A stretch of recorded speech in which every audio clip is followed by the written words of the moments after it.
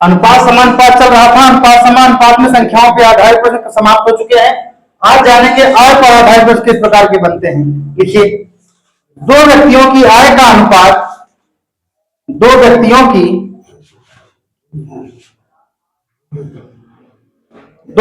की आय एवं व्यय का अनुपात, दो व्यक्तियों के आय और व्यय का अनुपात 10:7 है।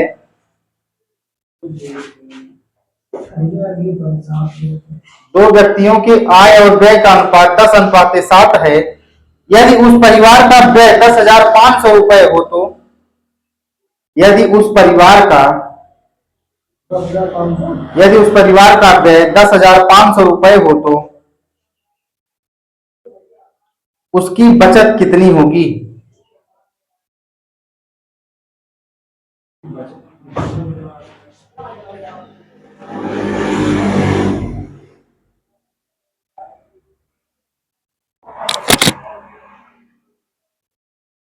देखिए, एक सूत्र होता है आय बराबर व्यय प्लस बचत। ये कहां से निकला? जितनी किसी व्यक्ति की आय होगी उसमें से जो खर्च कर देगा और जो बचा लेगा, दोनों का योग आय के बराबर होगा। यही तो होगा। मान लीजिए अगर कोई व्यक्ति 20,000 रुपए कमा रहा है तो 10,000 खर्चा करेगा, 10,000 बचा लेगा, तो उसकी आय के योग के बराबर होगा। प्रश्न क्या कह रहा है? आय और व्यय में अनुपात, आय और व्यय में अनुपात कितना दिया गया भैया? 10:7। और व्यय कितना दिया गया है? उसका व्यय है 10,500 रुपए। इसका मतलब 60 भाग इधर, 60 भाग किसके बराबर है? 10,500। इधर व्यय का अनुपात कितना है? 60। इधर व्यय का मान कितना है? 10,500। इसका मतलब क्या हुआ? 60 भाग की जो वैल्यू आई है 10,500 आई है। एक है, एक भाग की वैल्यू कितनी आई? 10,500 भागे 7 कितना हो जाएगा? 7 एकम 7, 3 10 7 5 35, 1500 हो जाएगा। एक भाग की वैल्यू 1500 आ गई। अब हमसे पूछ रहा है कि बचत कितनी होगी उसकी। हमें आय पता है, व्यय पता है। अगर आय में से व्यय को घटा दें तो कितना बचाएगा ये पता चल जाएगा। यहां से निकाल लो, बचत बराबर आय माइनस व्यय। उसकी आय है 10 रुपया, 7 रुपए की बचत व्यय कर रहा है। कितने रुपए की बचत आ गई? 3 रुपए। एक भाग की वैल्यू 1500 रुपए, बचत कितना हो जाएगा? तो 3 भाग की वैल्यू 1500 गुणे 3 बराबर 4500 रुपए। उतारो भैया। बहुत अच्छे सवाल इस पर बनते हैं, अच्छे से इसको पढ़ लेना।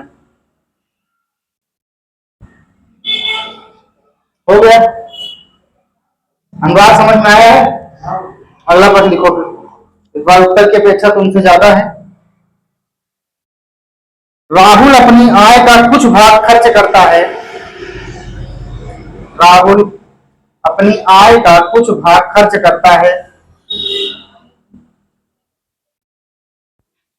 तथा शेष भाग बचाता है, शेष भाग बचाता है। उसके व्यय तथा बचत का अनुपात, 6:1 है। इस बार आय नहीं दी गई है, व्यय और बचत के बीच में अनुपात दिया गया है। हाँ भैया। हाँ, यदि राहुल की आय 42,000 रुपए हो तो उसका व्यय ज्ञात कीजिए। यदि राहुल की आय 42,000 रुपए हो तो राहुल का व्यय ज्ञात कीजिए। हाँ भैया, व्यय ज्ञात कीजिए। व्यय कितना रुपया किया? हाँ भैया, नहीं आप कहीं गलत कर रहे हैं। ये जो 6,000 निकला है ये इसकी आय आ गई। देखिए,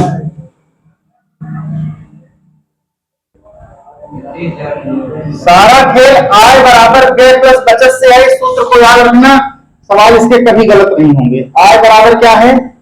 व्यय प्लस, नहीं गलत कर रहे हो। देखो, हमें इस बार आय नहीं पता है, व्यय और बचत का मान पता है। कितना है दोनों के बीच में अनुपात?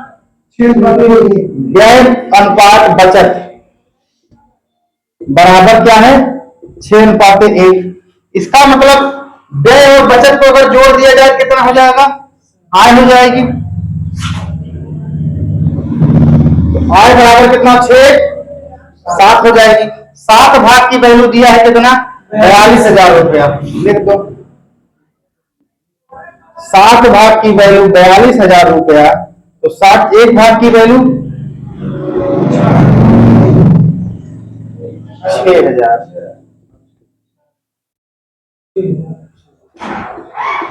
6,000 आ गया।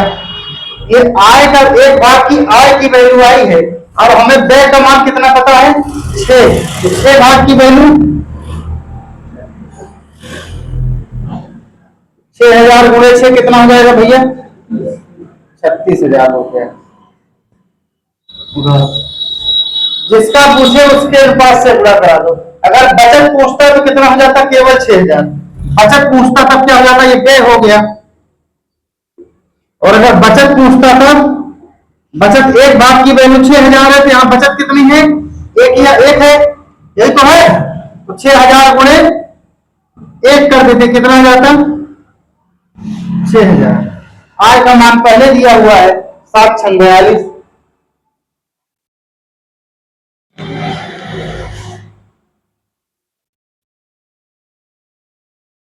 अगला प्रश्न लिखो। हाँ उतारो।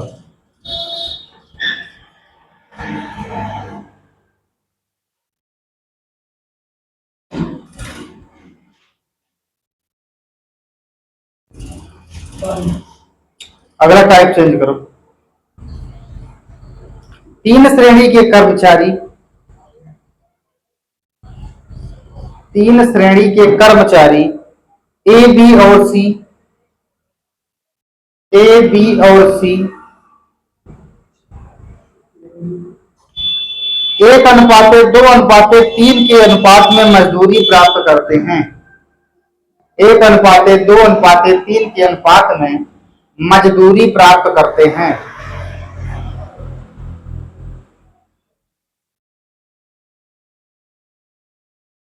यदि वह क्रमशः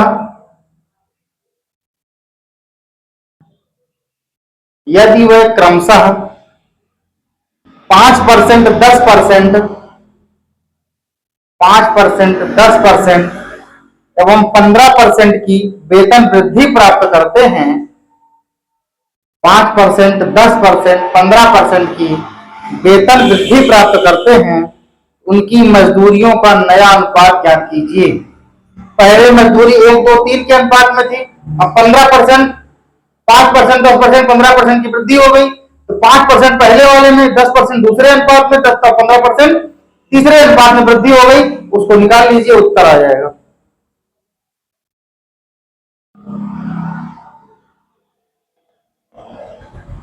देखिए अच्छा सवाल है। उनका नई मजदूरी, जब जैसे मान लीजिए पहले वेतन 2,000 था, अब उस पर वृद्धि लग गई, अब वेतन कितना होगा यही पूछ रहा है। 1 नहीं भाई, 20/5 नहीं। देखो वेतन का अनुपात पहले कितना है, एबीसी के बीच में 1:2:3 में। अब कह रहा है उनके वेतन में वृद्धि हो गई है, कितना कितना, वेतन में वृद्धि बराबर पहले अनुपात में 5%, दूसरे अनुपात में 10%, तीसरे अनुपात में 15% की वृद्धि हो गई है। तो नया अनुपात निकाल लीजिए, वेतन का नया अनुपात,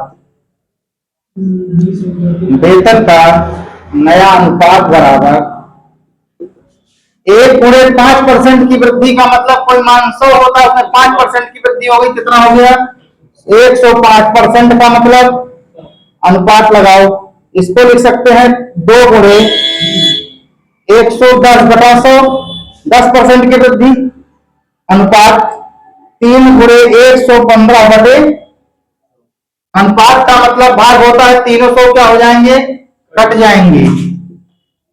हो गया, ये हो गया 105 में 1 से गुणा करोगे 105, ये हो जाएगा कितना 220, ये हो जाएगा 315 में से इससे कटा दो, कितना आ जाएगा 3 बचे 15, तीन एकम तीन एक चार, 345, 5 से कटाओ सब कट जाएंगे।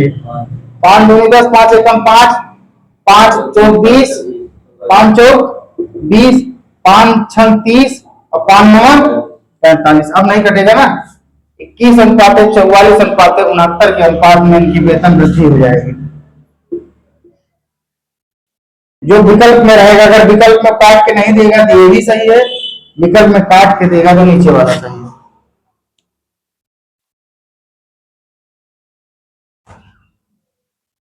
अगला प्रश्न लिखो।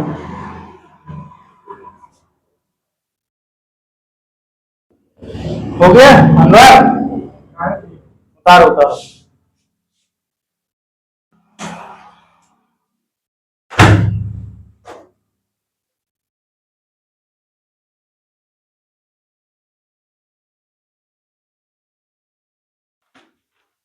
और सब कहाँ गए निमंत्रण में?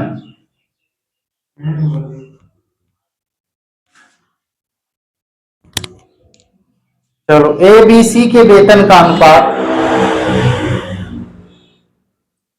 ए बी सी के वेतन का अनुपात क्रमशः 2:3:5 है।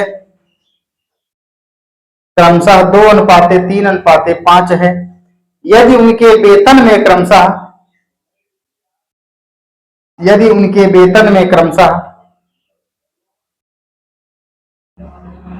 15%, 10% और 20% की वृद्धि होती है, यदि उनके वेतन में क्रमशः 15%, 10% और 20% की वृद्धि होती है, तो वेतन का नया अनुपात ज्ञात कीजिए।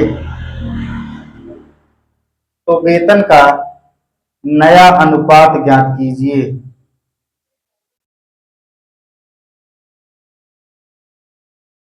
तो वेतन का नया अनुपात ज्ञात कीजिए।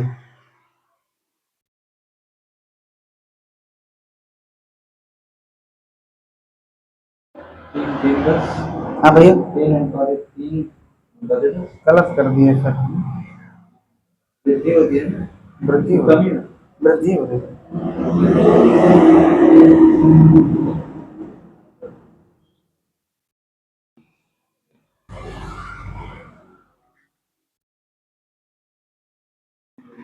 सेम सवाल है यार, कोई गुणा करवाना है।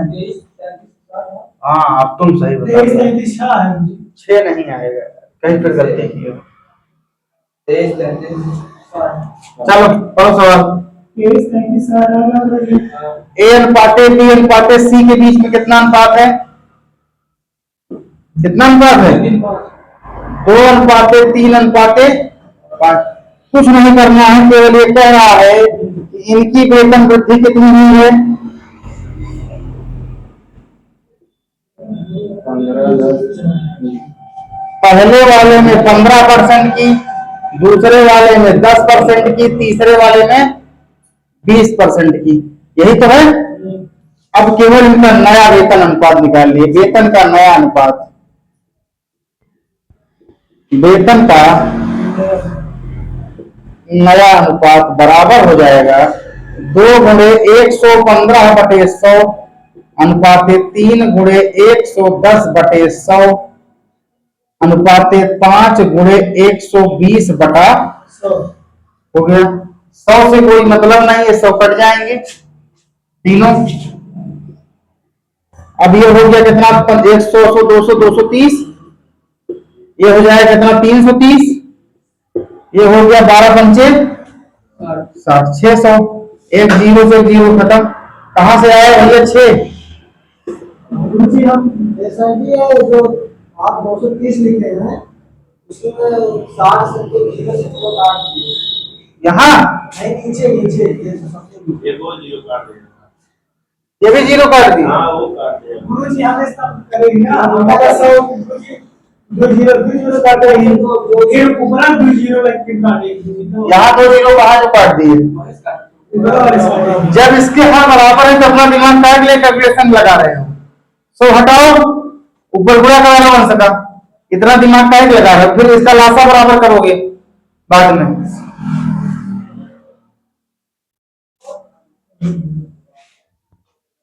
इसीलिए तो तुम्हें हम खुद नहीं परेशान कर रहे हैं कि तुम्हें अधिक कैलकुलेशन करना पड़े, फिर भी तुम उलझ रहे हो। आ गया। चलो अगला सवाल लिखो।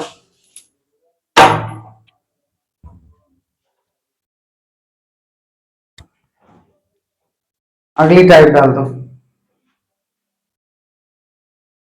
ए तथा बी की मासिक आय का अनुपात, ए तथा बी की मासिक आय का अनुपात,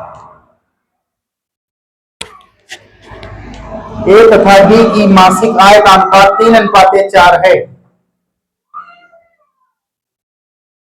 तथा उनके मासिक व्यय का अनुपात 2:3 है, तथा उनके मासिक व्यय का अनुपात 2:3 है। यदि प्रत्येक 4,000 रुपए की बचत करता हो, 4,000 रुपए प्रतिमाह बचत करता हो, तो बी की आय ज्ञात कीजिए।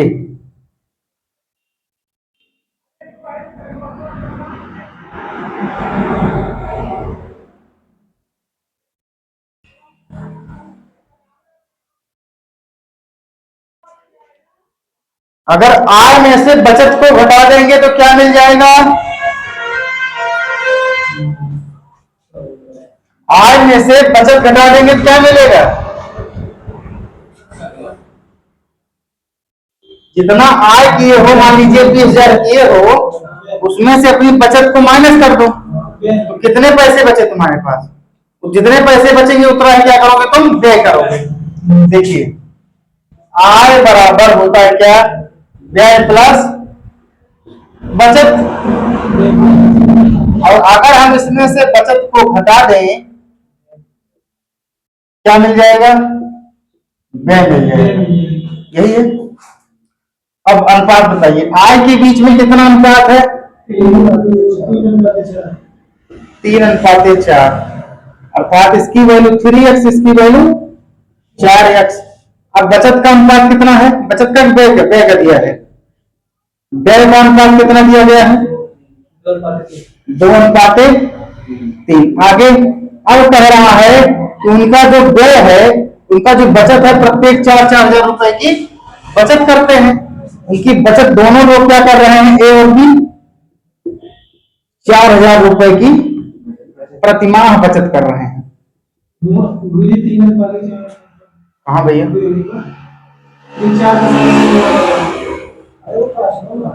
ये प्रश्न ही तो है यार। अभी नहीं 3x मान 4, तो 2:3।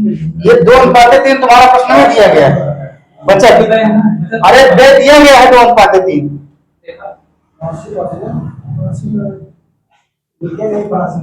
जब नहीं लिखोगे प्रश्न क्या होगा?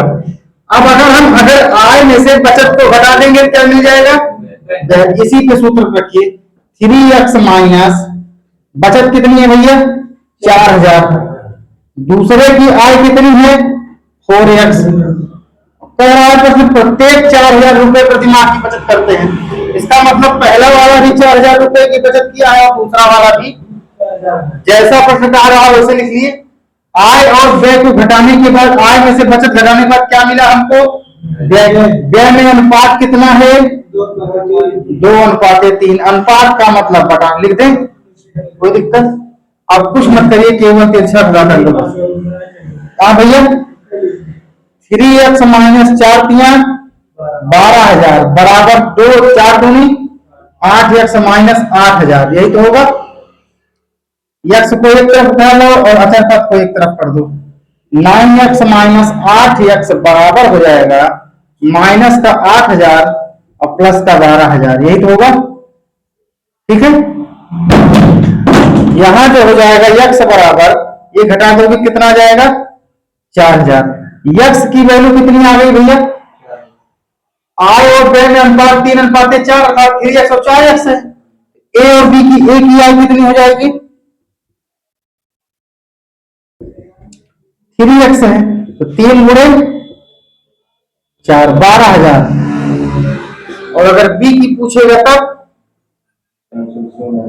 बी की आय बराबर 4x, तो बी की आय 4×4,000 कितना हो गया? 16,000। उतारो।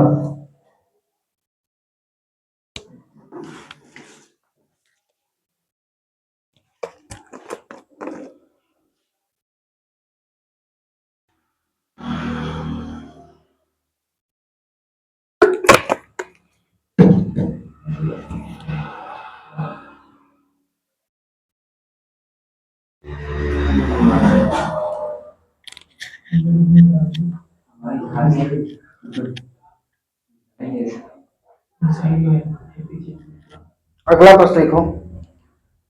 हो गया विपिन?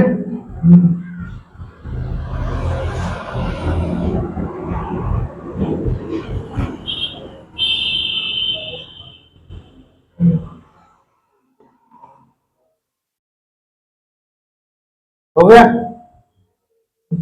अभी चल रही करो।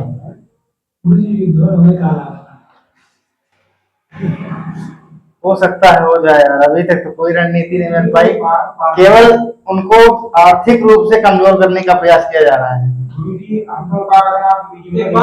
कहीं व्यापार पे प्रतिबंध है तो कहीं ये जिनके जो पोत है उन पर प्रतिबंध है, बंदरगाहों पर प्रतिबंध है, लेकिन अभी युद्ध के बारे में तो कोई सूचना हमें भी नहीं है यार। तो युद्ध कहाँ डाले हमने? जितने जितने उनके सैंक्शन लग रहे हैं उतने पर ही वीडियो बनी है यार। सही है।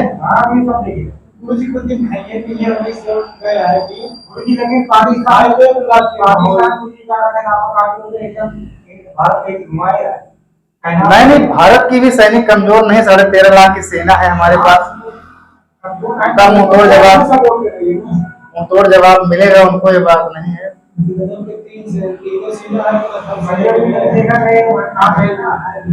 उनके पास मात्र 4.5 लाख की आर्मी है, हमारे पास 13.5 लाख की आर्मी है, उनसे हम 3 गुना अधिक हैं। पाकिस्तान में 26 करोड़ लोग हैं, इसमें 144 करोड़ हैं। फिर उतना तो केवल उत्तर प्रदेश में जनसंख्या है। चलो अगला प्रश्न लिखो।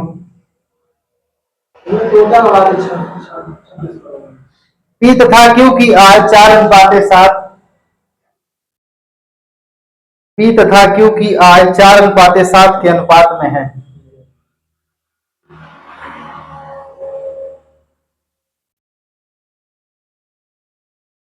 तथा उनके व्यय 3:7 के अनुपात में है। तथा उनके व्यय 3:7 के अनुपात में है।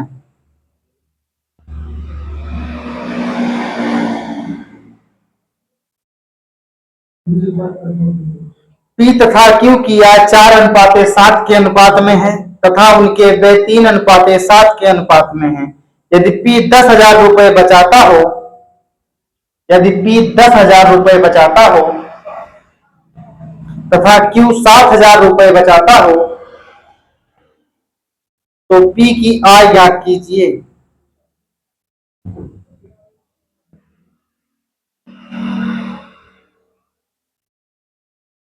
सेम सवाल है भैया, केवल गुणा भाग कर लेना, उत्तर आ जाएगा। देखिए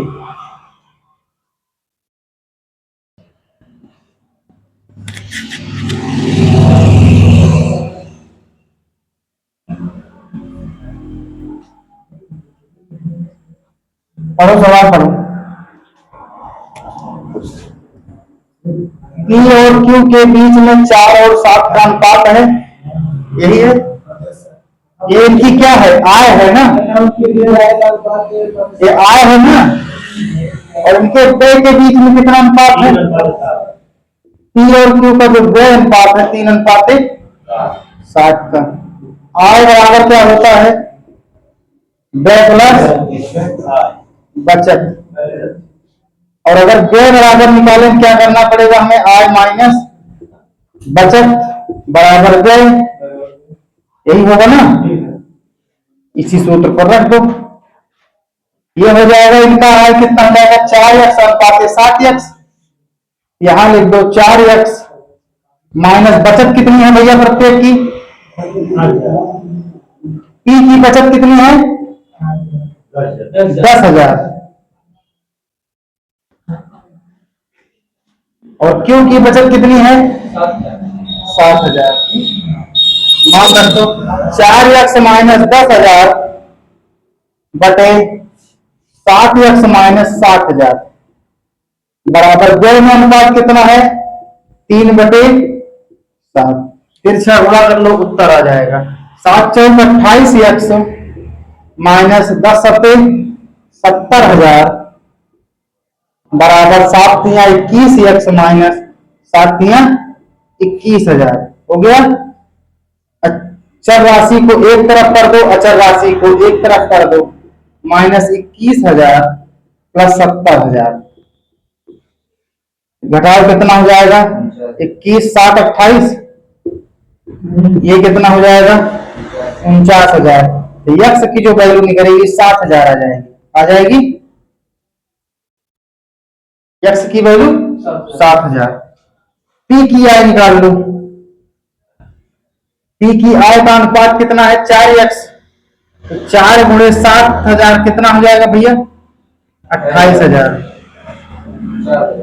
क्यू की आई कितनी हो जाएगी, क्योंकि आई का अनुपात 7x है, तो 7×7,000 कितना हो गया ये 49,000। लिखो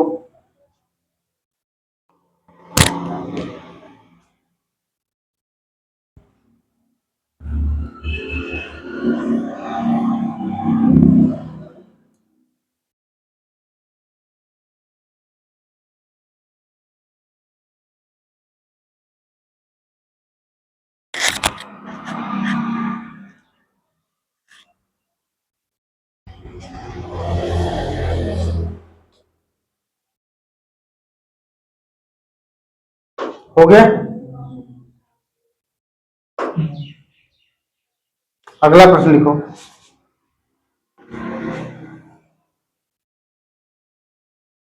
हो गया ये वाला।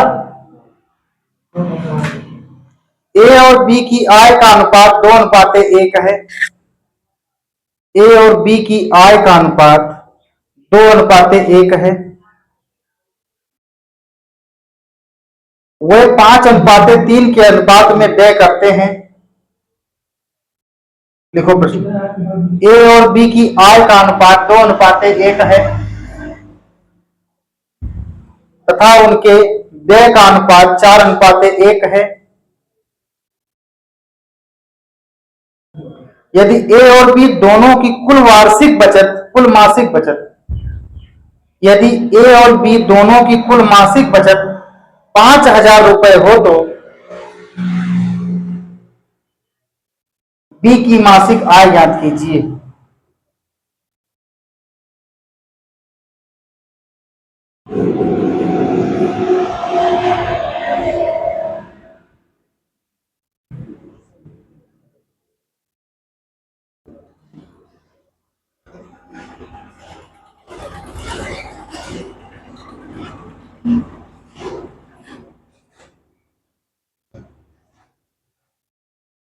हो गया।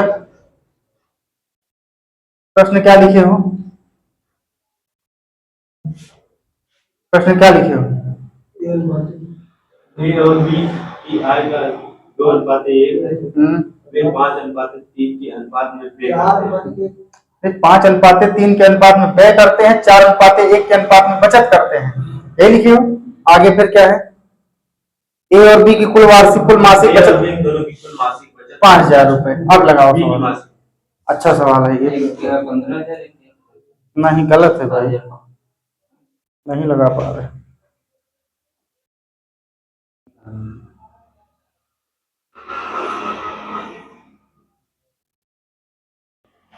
सेम सवाल है, केवल बनाना है बस इसको। चलो बताते हैं। आया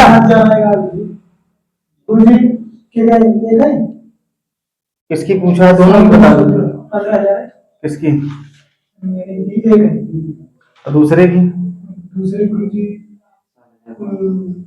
7,500 गलत।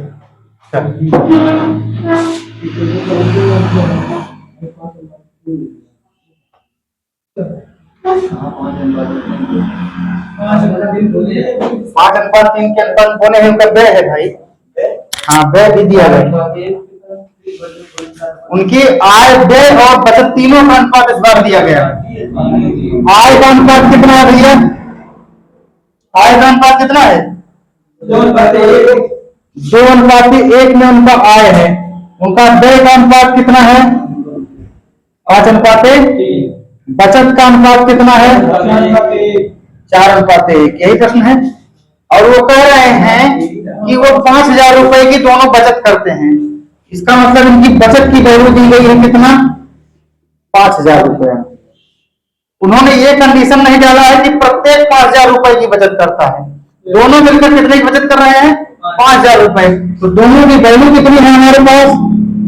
5 4 5 5 भाग की वैल्यू 5,000। एक भाग की वैल्यू भैया 1,000। इसका मतलब इनका नाम दिया क्या? ए बी नाम दिया क्या? अर्थात ए की बचत देखो कितना है? ए की बचत 4 गुणे 1,000 कितना हो गया? 4,000। बी की बचत कितना हो गया? 1,000। ये तो हुआ। अब प्रश्न देखिए, बन गया अच्छा सवाल। अब आय में से व्यय को, बचत को घटा दीजिए, व्यय मिल जाएगा। आय बराबर व्यय प्लस बचत। तो आय में से व्यय को घटा दो, कितना आ गया? बचत आ गई। आय का अनुपात है कितना? 2:1। 2x माइनस पहले की आय 4,000 है, दूसरे की आय 1:1 है, x माइनस 1,000 बराबर व्यय का अनुपात कितना है? 5/3। इतना अच्छा सवाल था यार ये, और सही आ गया। 3 दूनी 6, x माइनस 4 तिया 12,000 बराबर 5x माइनस 5,000। यही तो है। अब चर राशि को एक तरफ कर दो, 6x माइनस 5x बराबर माइनस के 5,000 और प्लस के 12,000। कितने आ गए भैया? यहाँ जो x की वैल्यू आई 7,000 आ गई। अब हमको ज्ञात करना है आय का। आय का पूछा, किसका पूछा है? दोनों की आय ज्ञात करना है, तो एक की आय निकाल लो। एक की आय बराबर 2x, तो 2 गुणे 7,000 14,000 हो गया। बी की आय निकाल लो, x है, ये 7,000 हो गया। कहाँ गलती हो रही है यार बार बार? अब 4 5 3 का ठीक आएगा।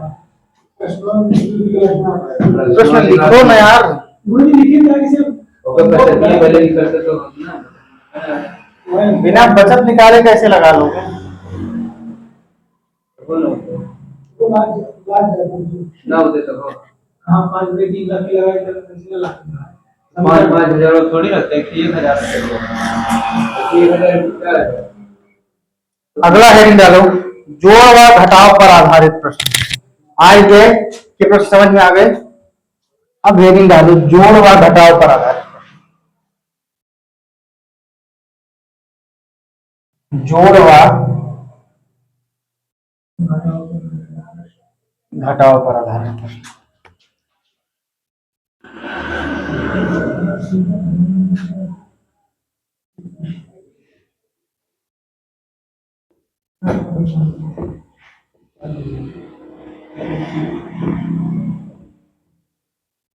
जोड़ व घटाव पर आधारित प्रश्न।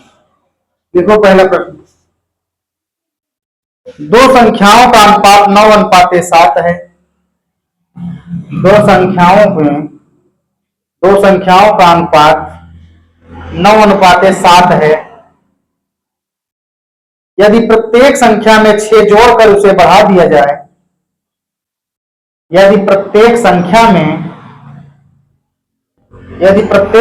में 6 जोड़कर उसे बढ़ा दिया जाए,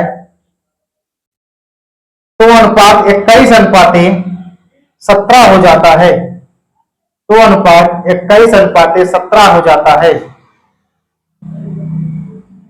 तो दोनों संख्याओं के बीच अंतर ज्ञात कीजिए। तो दोनों संख्याओं के बीच अंतर ज्ञात कीजिए।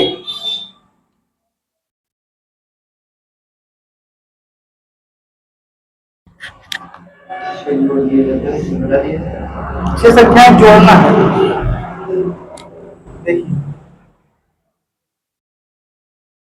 पढ़िए प्रश्न पढ़िए। दो संख्याओं के बीच में कितना अनुपात है? 9:7 का अनुपात है। प्रश्न कह रहा है कि दोनों संख्याओं में 6 जोड़ दिया जाए तो इनका अनुपात बदल जाता है। क्या हो जाता है? पहले 6 में जोड़ दीजिए। पहली संख्या आ गई 9x, दूसरी संख्या आ गई 7x। 9x में 6 जोड़ दो और दूसरी संख्या में भी 6 जोड़ दो। दोनों संख्याओं में 6 जोड़ने पर इनका अनुपात कितना हो जाता है? 21 अनुपात। सारे मान क्लियर हो गए हैं, तिरछा गुणा करा दो। 17 नवैया 153x प्लस 17 छक्का 102, 21 सत्ते 147x प्लस 21 छक्का 126। अब इसको घटा दो, चर राशि को एक तरफ कर दो, अचर राशि को एक तरफ कर दो। 153x माइनस 147x बराबर 126 माइनस 100, तो कितना हो जाएगा? 7 6 13, 6x बराबर कितना हो जाएगा? ये हो जाएगा 24। तो x बराबर कितना आ जाएगा? 24/6, 6 4। x की जो वैल्यू आ गई 4 आ गई है। हमसे क्या पूछा है? दोनों संख्याओं के बीच दोनों संख्या ज्ञात कीजिए। तो पहले दोनों संख्या निकाल लो। पहली संख्या कितनी आ गई? 8 के अंतर है। पहली संख्या 9x, 9 गुणे 4 कितना आया? 36। दूसरी संख्या निकाल लो।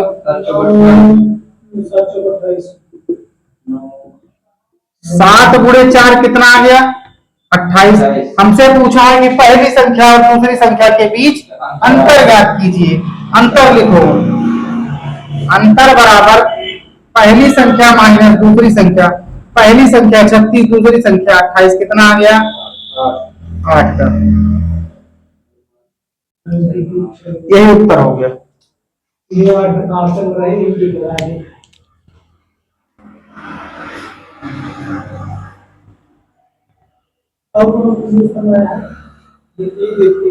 देखते हुए उत्तर कैसे लाओगे यार? मान तो निकालना ही पड़ेगा ना। बिना मान निकाले ये लाइनें सब 60 हो सकती हैं। यहाँ पे आपको 4 आ गया, 4 नंबर यहीं पर रखो सीधा आ गया। अब इसका अंतर यही निकाल दो, ये पूरा स्टेप सॉल्व हो जाएगा। इतना तो करना ही पड़ेगा आपको ना, इसके गुणा भाग तो आपको ही करना पड़ेगा ना।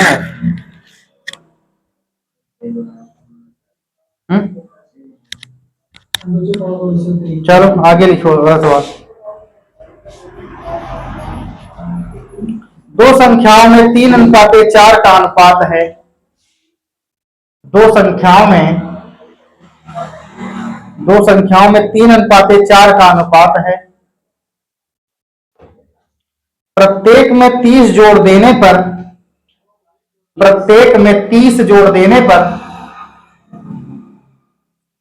प्रत्येक संख्या में 30 जोड़ देने पर उनका अनुपात 9:10 हो जाता है।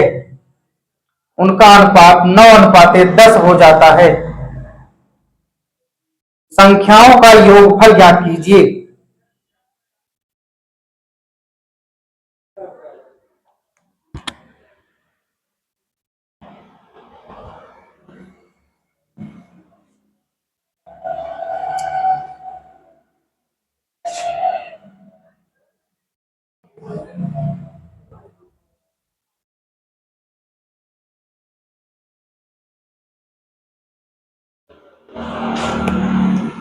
दो संख्याओं में कितने का अनुपात है भैया? देखते हैं कितना अनुपात है दोनों संख्याओं में। 3:4 का। प्रत्येक संख्या में कितना जोड़ रहे हैं? 30 जोड़ रहे हैं। दोनों संख्या में जोड़ना है 4x + 30। कितना अनुपात बदल गया? 9:10। तिरछा गुणा करा दो। 10 तिया 30x धन 10 तिया 300 बराबर 36x + 9 त्रिक 27, 270 घटा दो। 30x माइनस 36x बराबर 270 माइनस 300 कितना हो जाएगा? ये -6x बराबर कितना आ जाएगा? यहाँ -30। माइनस से माइनस खत्म, 6x बराबर 30। तो x बराबर कितना आ गया? 5। अब पहली संख्या और दूसरी संख्या निकाल लो। पहली संख्या कितनी हो जाएगी? 3 गुणे 5 बराबर 15। दूसरी संख्या कितनी हो जाएगी? 4 गुणे 5 बराबर 20 कह रहा है कि दोनों संख्याओं का योगफल ज्ञात कीजिए। योगफल बराबर होता है 15 प्लस 20 कितना हो जाएगा ये 35। उतारो।